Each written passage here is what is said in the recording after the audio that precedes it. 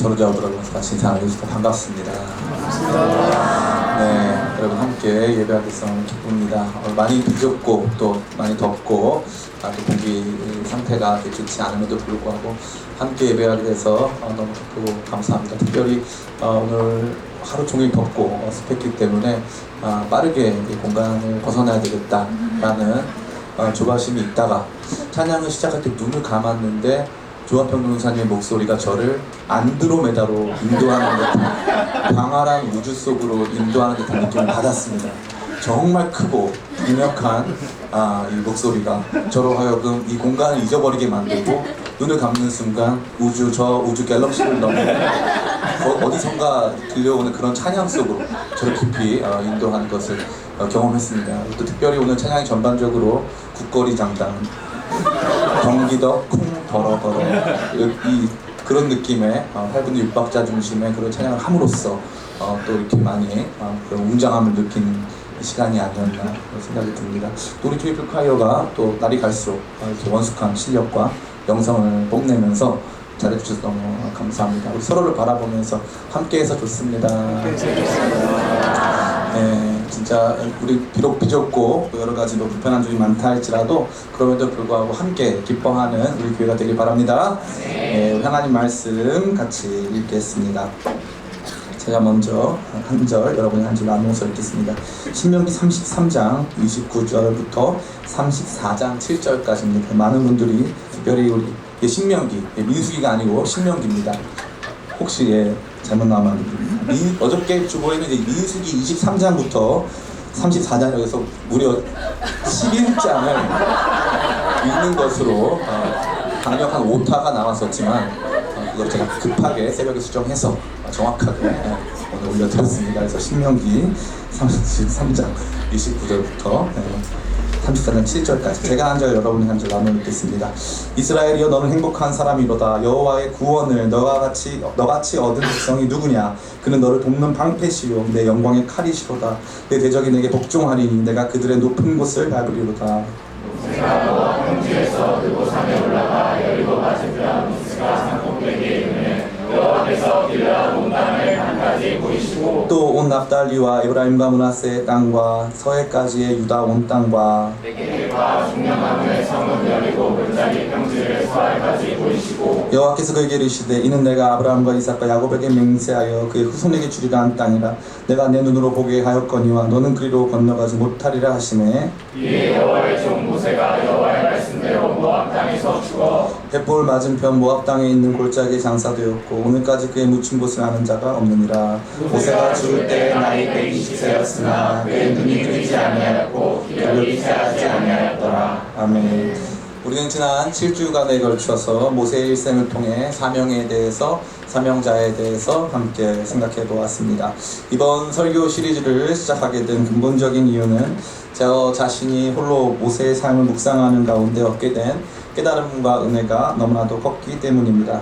특별히 그러한 깨달음과 은혜들은 기존에 제 안에 막연하게 가지고 있었던 사명에 대한 선입견들을 제거해 주었습니다. 몇 가지를 꼽아보자면 첫 번째 선입견은 사명자는 매우 탁월한 존재라는 것이었습니다. 그런데 말씀을 가만히 생각해보고 또 묵상하면서 여러 성경에 등장한 인물들의 삶을 돌이켜봤을 때 사명자는 유별나게 탁월한 사람들이 아니었습니다. 도리어 여러 사람의 도움과 헌신 속에서 태어나 결국 말씀의 집, 다시 말해 갈대상자 테바에서 생명을 얻고 성장하게 되는 존재였습니다. 혼자 있는 사람이 아니고 함께 세워진 사람이란 뜻이죠. 더욱이 자신이나 경험, 지식으로 여러 가지 일들을 잘 감당할 수 있게 되는 능력을 구비하는 것이 결코 아니요. 하나님께서 그를 도리어 광야 학교에 보내셔서 비범했던 그의 능력을 평범하게 만드실 때까지 그를 오히려 무능하게, 우리가 봤을 때는 다소 아까우리 만큼 그가 가지고 있는 모든 재능들을 온전히 사용하지 않으심을 우리로 보게 하였습니다.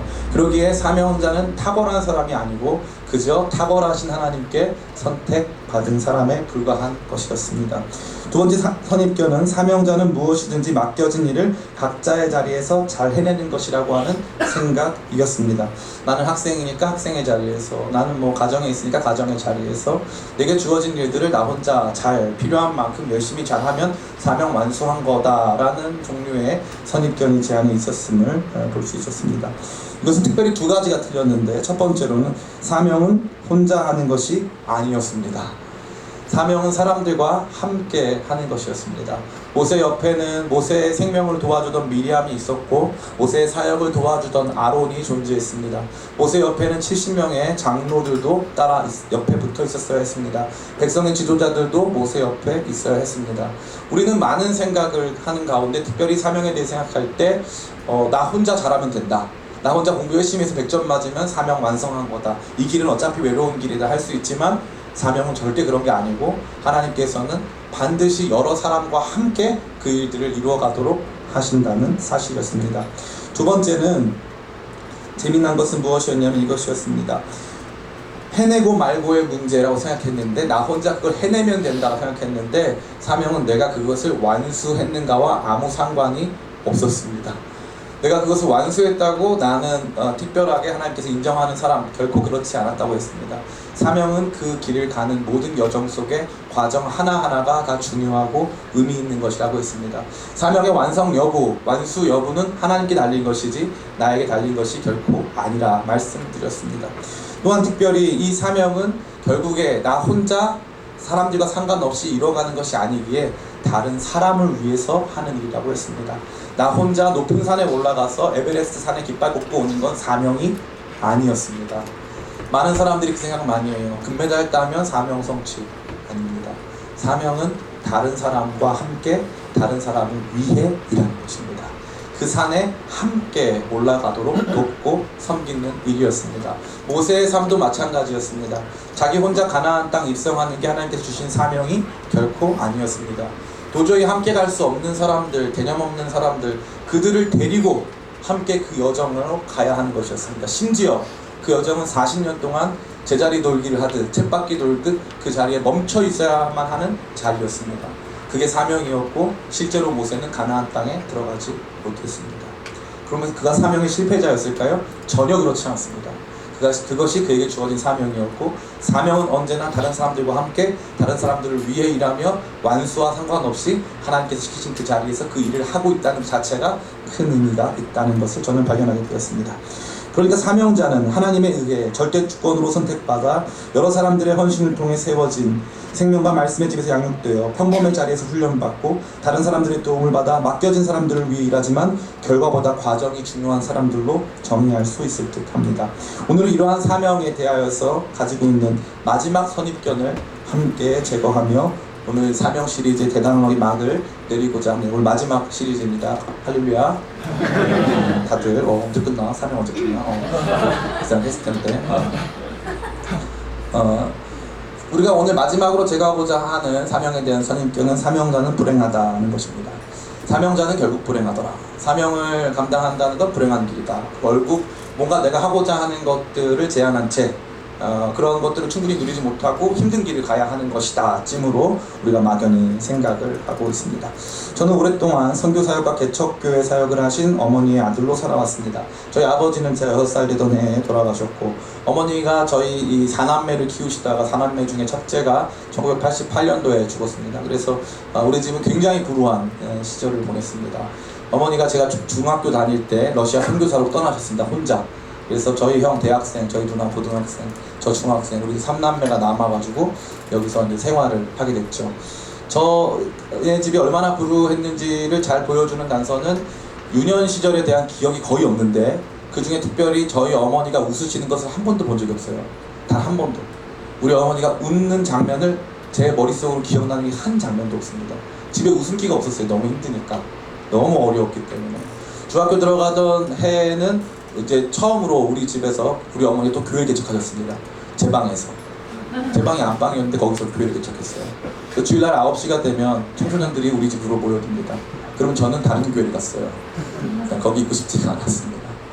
너무 징그러울 만큼, 생각하고 싶지 않을 만큼 저희 어머니는 사명에 있어서 열정적이셨는데, 그 사명의 자리에서 옆에 있던 저 자신도 사명자는 행복하지 않구나를 평생 받아들이고 살아왔던 것 같아요. 이 자리에 오기 전까지, 이 개척교회를 시작하기 전까지, 사명은 힘든 거야, 그건 함부로 가서는 안 돼, 그거 가면 나 죽어, 힘들어, 아무것도 못해, 이 생각으로 살아왔던 것 같아요. 제 삶이 그것을 끊임없이 말해줬기 때문에 그것이 아마 오늘 많은 청년들이 가지고 있는 또한 생각이 아닐까 싶습니다.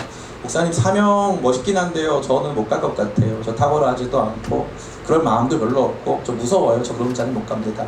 많은 사람들이 생각하고 또한 저 역시 생각했던 부분인데, 이 말씀은 그런 모든 것들을 단번에 날려줍니다.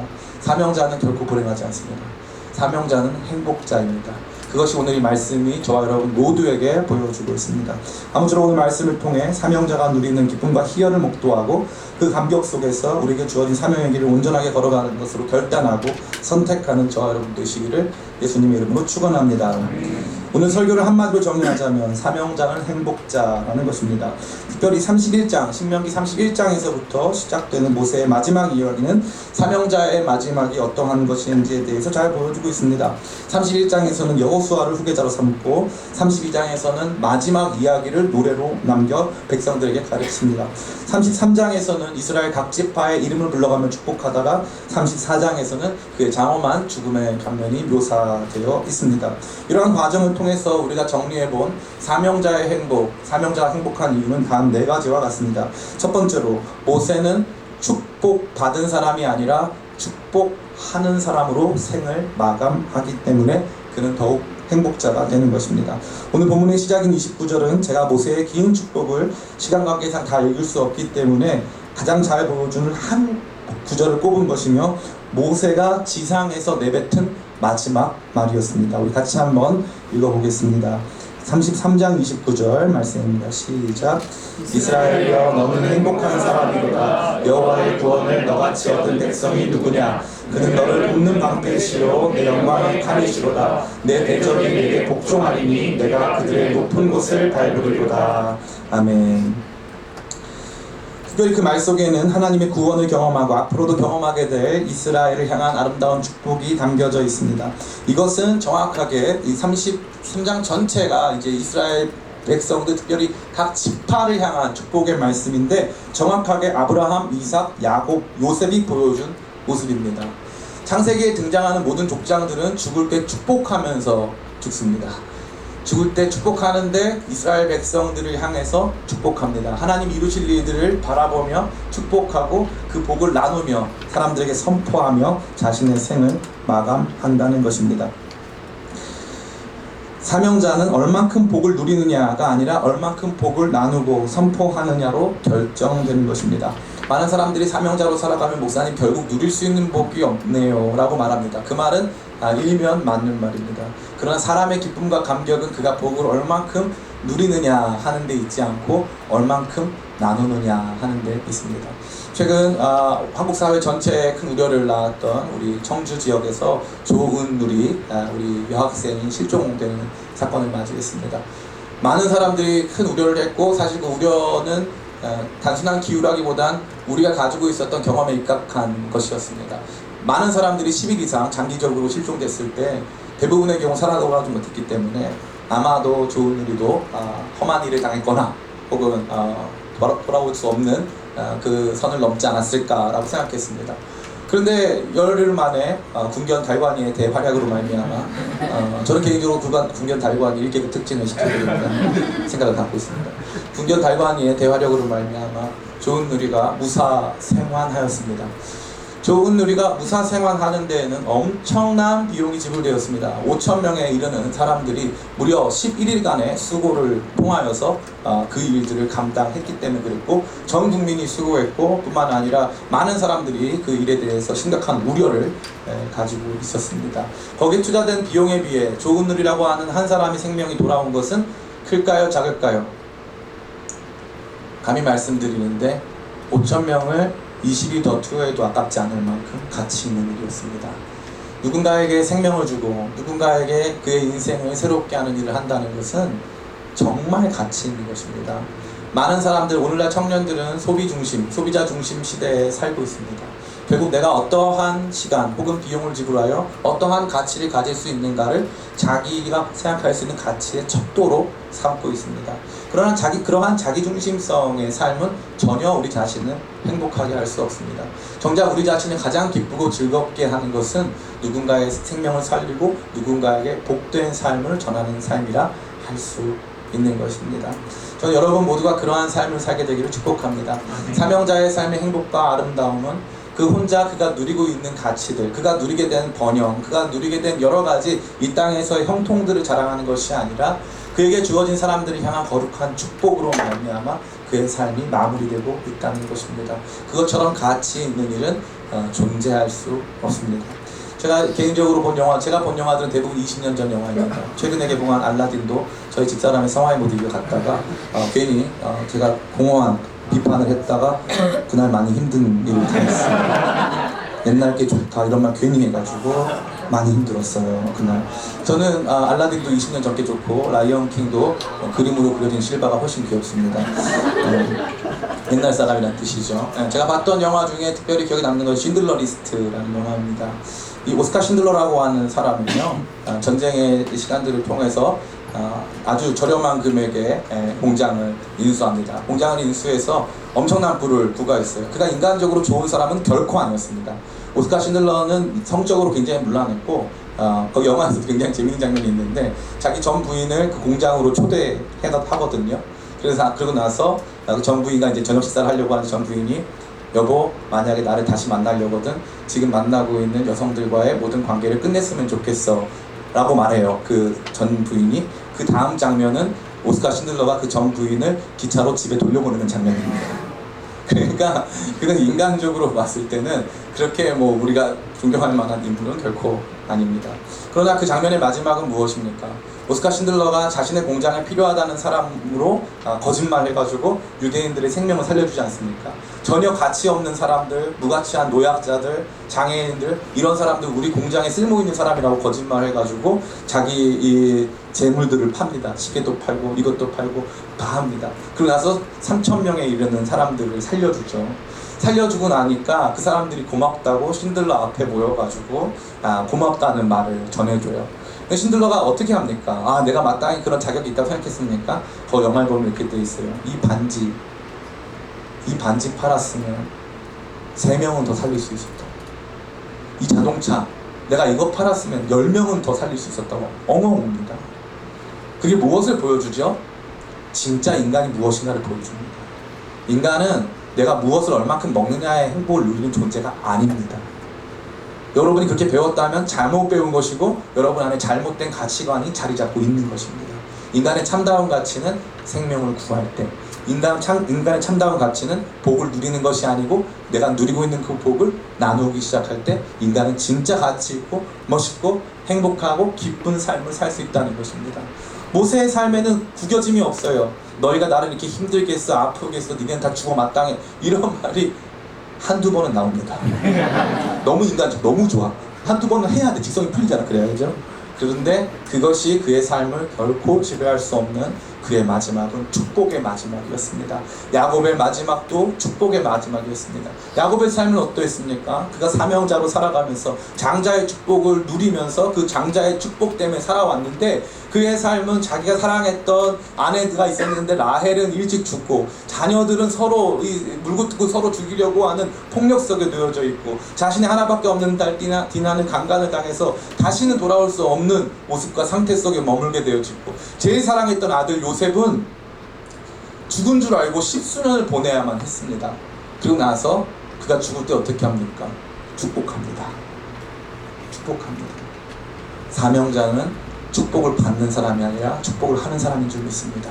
결국 이건 여러분 보고 축복하라는 뜻이 아니에요. 이 잘못 오해하면 안 됩니다. 여러분 축복하세요. 아니에요. 그 뜻이 아니에요.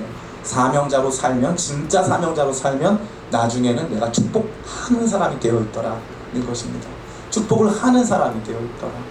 제가 아마 우리 교회 성도님들을 줄지어 세워놓고 저의 경제적인 형편을 생각해 본다면 아마 중간 이하가 아닐까 라고 감히 생각해 봅니다. 중간 이하가 뭐예요? 그 밑에 하는 거죠. 제가 아는 분이 목사가 돈을 많이 받아야 하는 이유는 목사가 사례비가 너무 적으면 성도들이 무시한다, 이런 얘기를 하시더라고요. 저는 여러분이 조금만 노력하면 누릴 수 있는 것보다 못 누리는 것 같아요. 그런데 저는 여러분을 축복하는 사람입니다. 저는 여러분을 축복해요. 여러분 한 사람 한 사람을 축복하고 여러분들이 잘 되기를 바라고 여러분들이 하나님 앞에 서기를 간절히 바랍니다. 제가 억울하고 답답하고 왜 내가 돈을 더 못 받을까 그런 생각 할까 안 할까요? 하죠. 근데 잠깐 딴 교회 가야 되겠다. 잠깐 왜 날 몰라주는 거야? 잠깐 하다가 바로 주님 잘못했어. 바로 생각을 고쳐먹고 여러분 축복합니다. 여러분이 진짜 주님 안에서 잘되고 평안하기를 축복하는데 그 축복할 때 제가 진짜 좋아요. 진짜 좋아요. 진짜 좋아요. 그러니까 내가 이렇게 축복하고 싶은 사람으로 축복해야지 힘써서 하는 게 아니고 사명자로 살았더니 나중에 축복자가 되더라 하는 것을 이 말씀은 잘 보여주고 있습니다. 두 번째 말씀입니다. 두 번째 사명자가 행복한 이유는 사명자는 과거에 대한 새로운 안목을 갖게 되기 때문에 그렇습니다. 사실 모세의 삶을 객관적으로 해석해 보자면 신학적 전문 용어로 개고생이라 할 수 있습니다. 모세의 삶은 정말 전문적인 용어지요. 개고생, 개별적인 고생을 속이다 이런 뜻인데 그런 고생을 하면서 살아왔어요. 무려 40년 동안 거의 같은 자리에 머물러 있었고 백성들은 모세의 희생과 헌신 따위에는 관심이 전혀 없었습니다. 모세에 대해서 끊임없이 불평과 불만을 제기하고 반란을 일으키는 등 모세의 마음을 아프게 하는 일이 한두 번이 아니었습니다. 가족들과도 좋은 시간을 보내기가 너무나도 어려웠고 특별히 그가 애굽에서 이집트 왕자로 살았다는 점을 감안해 봤을 때 그가 사명을 추구하며 살아온 모든 시간들은 그를 경제적으로 또 사회적으로 고립시키고 힘들고 어려운 일들을 제공했던 것이 사실입니다. 그러나 그러한 삶에 대해서 그는 그것이 헛고생이었다, 인생 허비했다, 공허한 시간들을 보냈다고 말하지 않고 있습니다. 그가 해석하는 자신과 이스라엘의 과거는 상처보다 감사가 훨씬 많았습니다. 이것을 제일 잘 보여주는 대목이 신명기 32장 9절부터 12절입니다. 우리 같이 한번 읽어볼까요? 신명기 32장 9절부터 12절 같이 읽겠습니다. 시작. 여호와의 분깃은 자기 백성이라. 야곱은 그가 택하신 기업이로다. 여호와께서 그를 황무지에서 짐승이 부르짖는 광야에서 만나시고 호위하시며 보호하시며 자기의 눈동자같이 지키셨도다. 마치 독수리가 자기의 보금자리를 어지럽게 하며 자기의 새끼 위에 너풀거리며 그의 날개를 펴서 새끼를 받으며 그의 날개 위에 그것을 엎는 것 같이 여호와께서 홀로 그를 인도하셨고 그와 함께한 다른 신들이 없었도다. 아멘. 여기 보니까 참 흥미로운 모습이 나타나는데 독수리가 자기의 보금자리를 어지럽게 하며 자신의 새끼 위에 너풀거리며 그의 날개를 펴서 새끼를 받으며 그의 날개 위에 그것을 엎는 것 같이, 이건 독수리가 이제 그 둥지를 벗어나는, 독수리로 하여금 훈련시킬 때 독수리 새끼 욕한 거 아니에요? 독수리한테 독수리의 자녀 뭐라고 해야 되죠? 어린 독수리, 애기 독수리, 독수리 베이비, 뭐 어쨌건 그 존재를 이제 진짜 독수리답게 날게 하시려고 하나님께서 독수리가 둥지를 이렇게 너풀거리면서 이렇게 자기 이 베이비를 자꾸 연상이 돼가지고 독수리 새끼를, 그러니까 자꾸 자기 자녀를 둥지 바깥으로 밀어내는 거죠. 예, 그 과정이에요. 이스라엘 백성은 사실 잘못된 둥지, 애굽이라고 하는 종노릇의 둥지에 머물러 있었거든요. 그 둥지에 머물러 있으면 성장은 없어요. 그 둥지에 머물러 있으면은 그 어떠한 발전도 없고 진짜 독수리다운 삶을 살 수가 없단 말이죠. 그러니까 하나님께서 그들을 끌어내셔서 광야에 걷게 하셨는데 그건 마치 아직 날갯짓을 배우지 않은 독수리가 절벽에서 떨어지는 것 같이 위험해 보인다는 거죠. 그러나 독수리는 날개가 있어요. 날개가 있단 말이죠. 날 수 있어요. 근데 아직 이 자기가 날개에 대한 사실도 모르고 날개의 힘이 충분하지 않았기 때문에 제대로 날개짓 하지 못해서 땅으로 추락하는 것 같아 보일 때는 엄마 독수리가 슉 날아와가지고 슉 이런 표현을 제가 그 어린이 캠프 통해서 많이 배양하고 있습니다. 그래서 슉 날아와가지고 이 독수리 베이비를 딱 안전하게 등에 업어주는 그러한 모습을 보여주고 있다는 거죠. 이게 모세가 생각하는 광야 40년. 내가 무엇을 했다, 내가 이런 것을 희생했다, 내가 너희를 이렇게 인도했다, 내가 했다 아니에요. 모세의 관심 그게 없어요. 모세의 해석은 하나님이 하셨다. 하나님이 하셨다. 내 인생을 가만히 생각해 보니까 내가 무엇을 했고 이게 잘 안 돼서 상처받았고, 그래서 내가 이렇게 이것 때문에 결국 이 일이 실패한 원인은 누구고 나 때문이고 뭐 이런 식으로 해석하지 않는다는 거죠. 하나님께서 여기까지 인도하셨다는 거예요. 하나님께서 위대한 역사로 나를 인도했다. 내가 정말 아무것도 아니고 하나님 다 하셨다 이거죠. 그러한 완전한 안목을 갖고 있다는 것입니다. 사명자로 살아가기 시작하고 나 아닌 타인을 위해서 거룩한 중보자로 살아가면 주께서 원하시는 뜻을 이루어드리기 위해서 조금이라도 시간을 보내본 적이 있는 사람이라면 자기 삶에 대한 해석과 자기 삶에 대한 지난 삶에 대한 후회 같은 것들은 굉장히 달라집니다. 굉장히 달라지는 거죠. 예를 들어 여러분들이 여러분 젊음을 다해서 온몸을 이 캔버스 삼아서 여러분의 예술성을 온몸의 타투를 통해서 구현했습니다.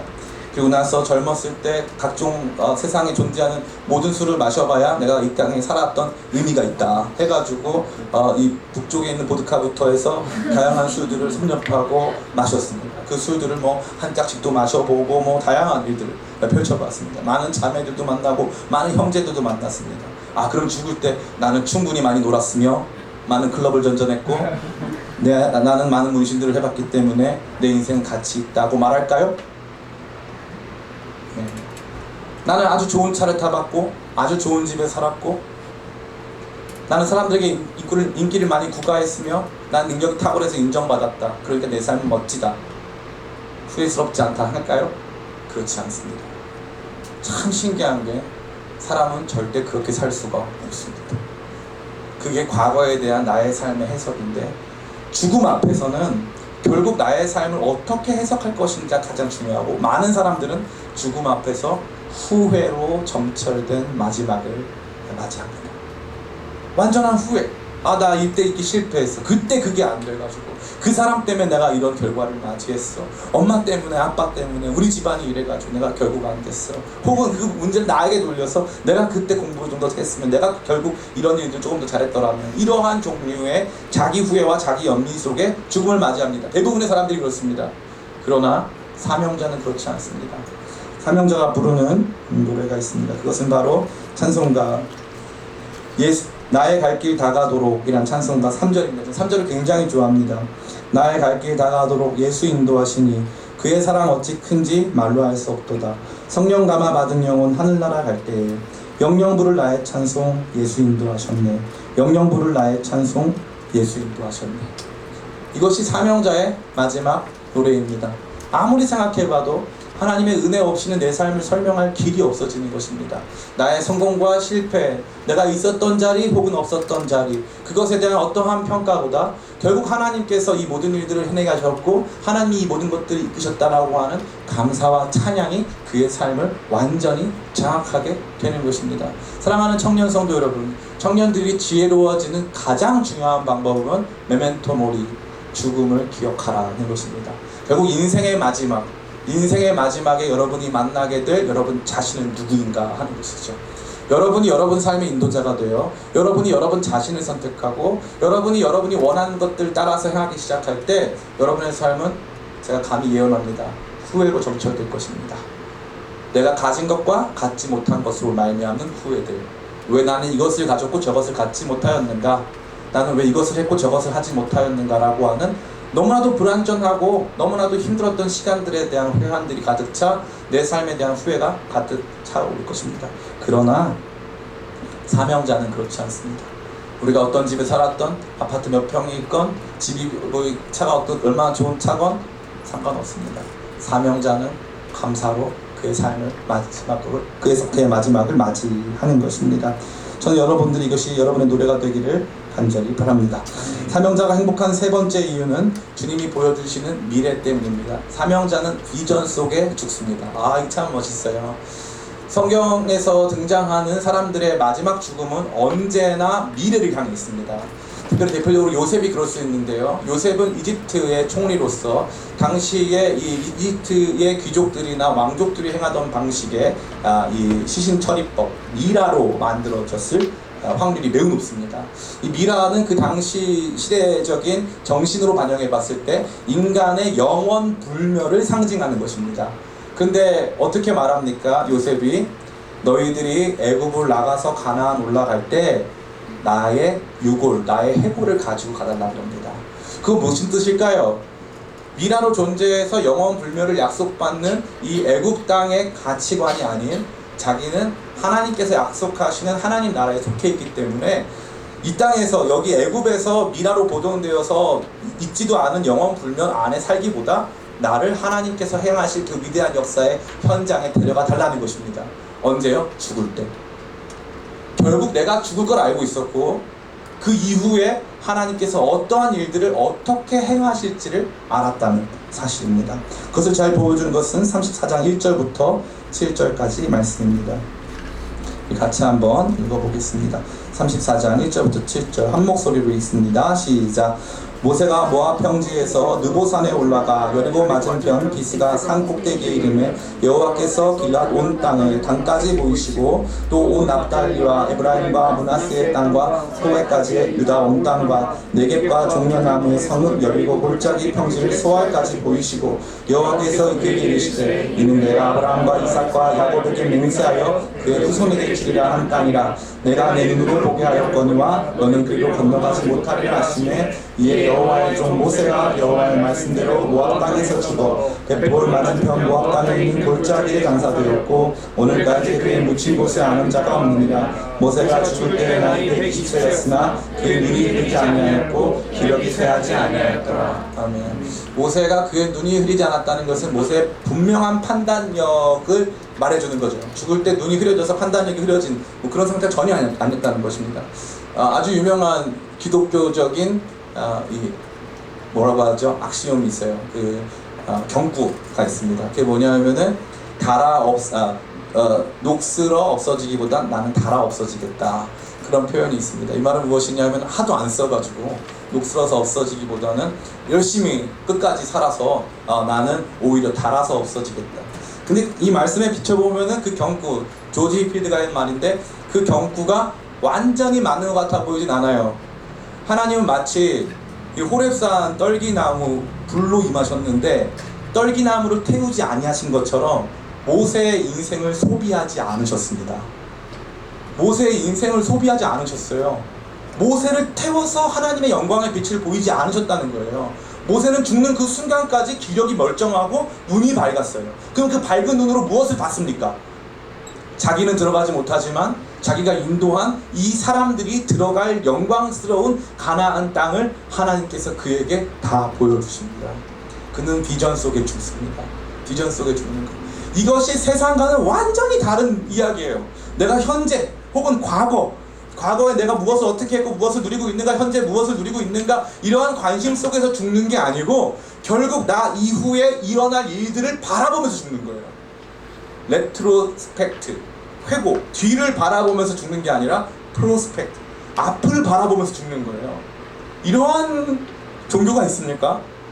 이러한 종교가 없습니다. 없어요. 이렇게 프로스펙티브한 종교는 없어요. 전망을 하면서 미래를 바라보면서 하나님께서 행하실 위대한 일들을 꿈꾸면서 죽는 거예요. 꿈꾸면서 죽어요. 와, 사명자가 아닌 케이스에서는 전혀 와닿지 않습니다.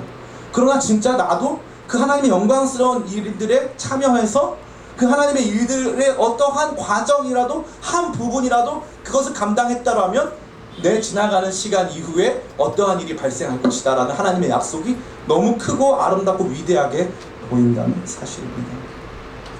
사랑하는 성도 여러분, 저는 꿈의 교회 담임 목사가 된 지 이제 4년 하고 8개월 정도 된 것 같아요. 4년 8개월.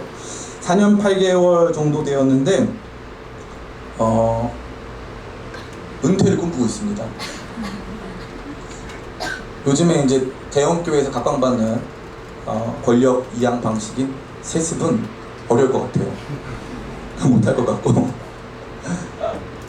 어떻게 해서건 난 언젠가 은퇴를 하겠지 라는 생각이 아주 커요. 그게 뭐 앞으로 3년 뒤건 5년 뒤건 10년 뒤건 이렇게. 그러면 목사님이 은퇴한다니까 슬픈 일이다. 목사님이 은퇴하면서 되게 나한테 섭섭했나? 네. 당연하죠. 나한테 소속 내가 잘 못해준 네 그렇게 하세요. 근데 그것 때문이 아니고 너무 기뻐요. 제가 기쁨의 교회 만약에 은퇴식이 된다면 너무 기쁠 것 같아요. 너무 행복할 것 같아요. 너무 신날 것 같아요. 그 이후에 일어날 일들을 바라보면서 너무너무 행복할 것 같아요. 이게 누구의 마음입니까? 이 모세의 마음이에요. 하나님께서는 모세가 죽기 전에 그의 후계자인 여호수아를 예비하십니다. 그거 잘 보여주는 말씀이 34장 9절 말씀입니다. 같이 한번 읽어볼까요? 34장 9절 시작. 모세가 눈의 아들 여호수아에게 안수하였으므로 그에게 지혜와 영이 충만하였으니 이스라엘 자손이 여호와께서 모세에게 명령하신 대로 여호수아의 말을 순종하였더라. 아멘. 사실 이것을 알레고리컬하게 은유적 뭐라고 하죠? 이거를 풍유적으로 해석해 보자면은 사실 모세 다음이 누굽니까? 여호수아. 여호수아의 축약형이 예수죠. 그러니까 모세의 한계는 가나안에 들어갈 수가 없어요. 가나안은 누구? 약속의 땅은 누구와만 들어갈 수 있는 거예요? 예수와 들어갈 수 있어요. 그러니까 모세의 어려운 표현인데 구속사적 한계점이 여긴 거예요. 근데 모세는 그 구속사적 한계선에서 예수와 함께 가나안 땅에 들어갈 사람들을 바라보면서 기뻐하고 죽는 거예요. 그걸 준비하신 존재는 하나님이시고, 하나님께서 여호수아를 미리 선택하셨고, 모세를 통하여서 여호수아를 훈련시키시고, 모세를 통하여 기도하게 하셔서 여호수아를 지혜의 영으로 충만케 하셨어요. 너무 기가 막힌 모습이죠. 이렇게 아름다운 다음 세대를 향한 바톤 터치, 이렇게 아름다운 다음 세대와의 세대 전환이 일어났기 때문에 모세는 너무나 기뻐하는 거예요. 너무나 기뻐하는 거예요. 제가 얼마 전에 대략 한 3,000명 나오는 교회에서 설교를 한 적이 있어요. 담임 목사님 방에 들어가서 담임 목사님하고 얘기를 했어요. 악수를 하면서 얘기했어요. 근데 목사님이 저희 교회 소식을 듣고 너무 기뻐하셨어요. 그래서 그 목사님이 저한테도 이렇게 말씀하셨어요. 이 목사님 알런지는 모르겠지만 제가 올해 은퇴해요 이러시더라고요. 올해 은퇴하시는 70살, 만 70살, 한국 나이로 71살 목사님이시죠. 그 목사님이 하시는 얘기가 그거예요. 자기는 너무 신난다는 거예요. 은퇴하는데 너무 신난다. 우리 교회는 10년 전에 후임자를 정해놨어요. 10년 전에 후임자를 정해놔서 미리 다 준비시키고 외국 유학도 보내놓고 다른 교회 사역 다 갔다 온 다음에 우리 교회 올 수 있도록 2년 전부터 같이 사역하고 있어요. 다 준비해놨어요. 잡음이 없어요. 너무 행복해요. 저는 그것을 봅니다. 제가 기쁨의 교회를 퇴임한다면 제가 보게 될 기쁨의 교회는 제가 있을 때보다 더 크고 영광스럽고 아름다운 교회가 될 것을 저는 믿어요. 저는 기쁨의 교회의 열매를 얻기 위한 존재가 아니고 저는 기쁨의 교회를 이 땅에 심었고 물 준 존재에 불과합니다. 이제 그 교회를 자라나게 하시고 이 교회를 풍요롭게 하실 분은 하나님이세요. 그러니까 나라고 하는 한 사람이 지나간다면 그 다음 세대에 일어날 위대하고 아름다운 일들을 꿈꿔 본다는 것입니다. 저는 꿈이 참 많아요. 기쁨의 교회 대학도 설립해야 되고 대안학교도 만들어야 되고 열방 우리 선교, 제가 정말 가슴 뛰는 게 이 바로 선교의 일인데 진짜 우리 교회가 정말 많은 청년들이 이 선교의 현장을 누비게 될 것, 진짜 많은 우리 청년들이 이 땅을 새롭게 하는 일들을 꿈꾸면서 저는 존재합니다. 제 바람이 있다면 죽는 그 순간까지 과거가 상처가 저를 지배하는 것이 아니고 이 비전이 저를 지배하게 되길 간절히 원합니다. 사명자는 이 비전 속에 죽습니다. 그러기에 오늘 아직 다 완성되지 못한 이야기, 아직 다 이루어지지 않은 꿈들은 앞으로 주께서 이루실 놀라운 역사의 일부로 받아들이고 천국에 올라가서 주님과 함께 그것들을 관전하면서 그들을 응원하고 그들을 향해서 그들을 위해서 대신 기도해주는 존재로 나의 삶을 다 바쳐도 아깝지 않겠다라고 하는 거룩한 소망이 넘치기 때문에 그렇습니다. 그것은 사명자가 아닌 사람은 경험할 수가 없어요. 왜냐하면 생산자가 아니기 때문에 그걸 모른다는 것입니다. 여러분 혹시 누군가를 위해서 음식을 만들어준 적이 있으십니까? 전 없습니다. 그런데 저희 집사람이 어저께 저희 집에 대형 또띠아를 사가지고 거기 안에 각종 음식들을 막 넣었어요. 막 넣어가지고 저한테 화있다 자기가 마음에 화 있다 그래가지고 마음에 화를 담아서 저한테 음식을 주셨습니다. 제가 먹을 때 어떻게 평가해야 돼요? 1번 객관적 평가, 2번 주관적 평가, 3번 편파적 평가. 뭐 해야 됩니까? 편파적 평가를 해야죠. 편파적. 진짜 맛있다. 내가 한 번도 먹어보지 못한 맛이다. 이런 화이트를 세상 사람들이 왜 모를까? 당신은 화이트 가게를 차려라. 뭐 이런 걸 해야죠. 네. 왜요? 생산하는 사람은 이거 가치 있거든요. 이거 굉장히 즐거운 일이거든요. 누군가가 이것을 먹게 된다는 거, 누군가가 이것을 누리게 된다는 거. 사명자가 똑같아요.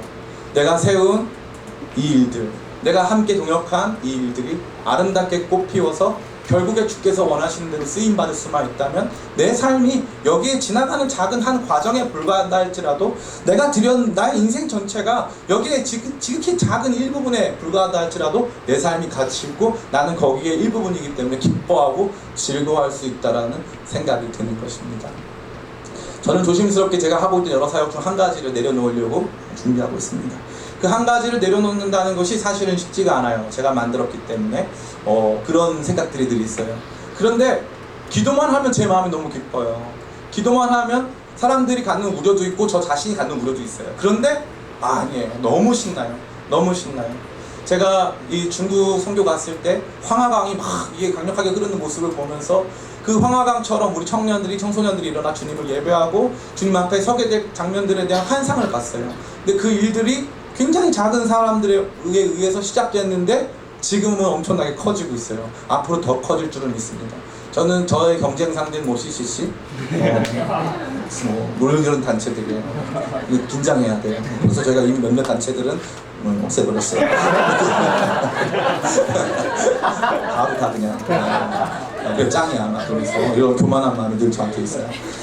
그런데 그 일들에 제가 일선에서 뒤로 물러날 것 같아요. 기뻐요. 기뻐요. 이건 아무도 보상 못 해줘요. 너무 기뻐요. 만약에 그 일들이 안 돼서 제가 물러나는 거라면, 그 일들이 잘 안 돼가지고 해야 될 필요가 없는 거라면 슬프죠. 그런데 아니에요. 너무 기뻐요. 너무 기뻐요. 너무 기뻐요. 그날 퇴임사도 막 준비하고 있어요.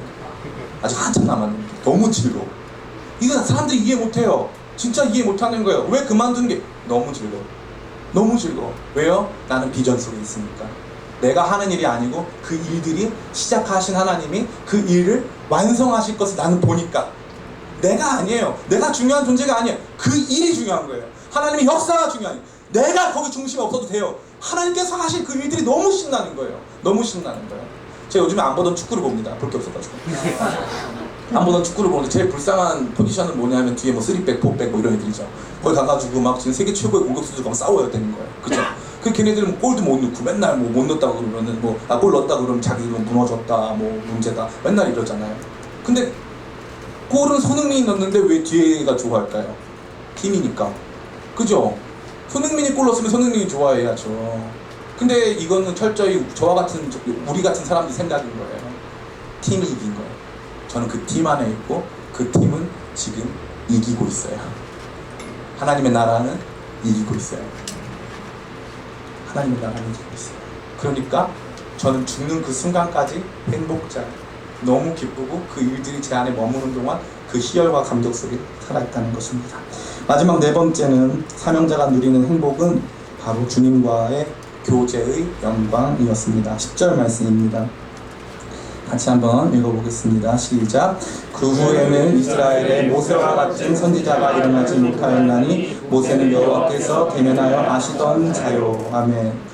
여호와께서 대면하여 아시던 자다. 이것은 고린도전서 13장에 보면은 지금은 우리가 거울로 보는 것 같이 희미하게 보이나 그날에는 얼굴과 얼굴을 대면하여 보는 것처럼이라고 나오는데 그때 등장하는 것처럼 얼굴과 얼굴이란 뜻이에요. 대면하다는 것은 하나님과의 만남이 얼마나 깊었는지 그것을 보여주는 상징적 표현이 얼굴과 얼굴. 모세의 삶을 설명하고 그가 누린 여러 가지 영광들을 보여줄 때 제일 먼저 언급되고 가장 크게 언급되는 게 하나님과 그가 교제의 기쁨을 누렸다는 겁니다. 찬송가 중에 제가 좋아하는 찬송가가 또 있어요. 밤늦도록 동산 안에 노래가 저를 더 잘하는데 주와 함께 있으려 하나 괴로운 세상에 할 일 많아서 날 가라 명하신다. 주님 나와 동행을 하면서 나를 친구 삼으셨네. 주님과 함께 교제한 이 기쁨을 알 사람이 없도다. 전 이 가사 너무 좋아요. 밤늦도록 동산 안에 주와 함께 있으려 하나 괴로운 세상에 할 일이 많아서 날 가라 명하신다. 주님 나와 동행을 하면서 나를 친구 삼으셨네요. 사명자가 누리는 가장 큰 즐거움이 바로 주님과의 교제의 즐거움입니다. 사명을 하다 보면, 사명의 길을 가다 보면 교제의 즐거움을 누릴 수 있어요. 요한복음 8장에 보면은 내가 아버지께서 기뻐하는 일을 함으로 아버지께서 나를 혼자 두지 아니하시니라 라고 예수님 말씀하세요. 사도 바울이 예수님께서 자기에게 서신 장면을 몇 번 보는데, 특별히 첫 번째는 고린도 교회에서 사역할 때 네가 앞으로 로마에 가서도 증언해야 되겠다라고 주님 말씀하시고 함께 거기 서서 말씀하시고, 그가 로마에 가는 배에서 풍랑을 만났을 때 그때도 이 사람들이 죽지 않고 다 살게 될 것이고 내가 너를 통해서 할 일이 많다고 직접 주님께서 말씀하세요. 사명의 길을 가는 사람, 주님과의 깊은 만남과 교제가 있는 줄이 있습니다. 이것은 사명의 길을 가보지 않은 사람은 누릴 수 없는 기쁨과 즐거움입니다. 이제 말씀을 다 마칩니다. 사랑하는 청년 성도 여러분, 사명의 길에 대한 여러 가지 잘못된 선입견들이 여러분을 사로잡아 이 길이 마치 몇몇 목회자들에게만 주어진 길로 여겨지고 있다면 착각입니다. 사명의 길은 복음이 주어지는 모든 사람들에게 요청되는 길입니다. 왜 그렇습니까? 예수님께서 제자들에게 너희는 가서 아버지와 아들과 성령의 이름으로 세례를 주고 땅끝까지 가서 복음을 전하라고 말씀하셨기 때문에 그렇습니다. 나 혼자만의 삶을 위해 구원받지 않았습니다. 구원받은 이후에 우리는 타인을 주님 앞으로 인도해야 되는 거룩한 사명의 자리로 부름을 받았습니다. 그 사명의 자리 가운데 설 때 우리 안에 다가오는 여러 가지 두려움과 근심, 잘못된 생각들은 저와 여러분들을 파괴해 갑니다. 사명은 특별한 사람만 하는 거야? 그저 내 자리에서 내가 할 일 다 하면 되는 거야? 완수해야 되는 거니까 부담스러워? 내려놓고 그저 나를 부르신 주님의 음성을 쫓아 나 아닌 내게 주어진 사람들을 위해 주님과 함께 교제하며 이 길을 걸어간다면 사명자의 길은 우리가 누리는 것 이상의 기쁨과 감격, 희열을 선사해 줄 것입니다. 여러분 모두가 그러한 사명자 다 되시길 간절히 축원합니다. 꿈의 교회는 특별히 사명자가 많았으면 좋겠어요. 우리 교회에 소비자가 많아지고 있어요. 소비자가 와서 예배 소비하고 여기에서 좋은 관계 만나고 결혼하고, 결혼도 해야 됩니다. 옆 사람 같이 바라보면서 결혼하자. 옆 사람만 바라보면 다 각자의 뭐라고 해야 될까요? 하지 맙시다. 그래서 오해 같이 하면 뭐야 되겠습니까? 그냥 아무나는 아니고 좋은 사람 있으면 결혼도 할 필요가 있으니까 하시기 바랍니다. 그러나 그런 관계들을 소비하고 또 교회에서 주는 여러 가지 유익과 혜택들을 소비하는 것 너무나 좋은데, 사명자의 길로 들어오면 내가 받는 유익과 기쁨과 즐거움을 초월하여 주님께서 저와 여러분에게 주시는 새로운 안목과 미래의 비전들, 주님께서 함께 하시는 거룩한 대면들, 우리가 누릴 수 없는 과거에 대한 새로운 해석들, 그런 것들 안에서 큰 기쁨과 즐거움을 누립니다. 이스라엘이여 너희는 행복자보다. 모세가 지상에서 마지막으로 뱉은 말입니다. 주님과 함께 걸어가는 우리는 행복자들입니다. 그 행복을 누리시기를, 사명의 길 안에서 그 행복한 삶을 누리시며 우리가 죽는 그 순간까지 우리의 삶이 조금도 후회 없었음을 고백하고, 주께서 나의 죽음 이후에, 나의 인생의 퇴장 이후에 이루실 일들을 함께 꿈꾸며 목도하며 그 비전 속에 살아가는, 또 그 비전 속에 우리의 생을 마감하는 멋진 인생 되시기를 예수님의 이름으로 축원합니다. 우리 같이 찬양할까요?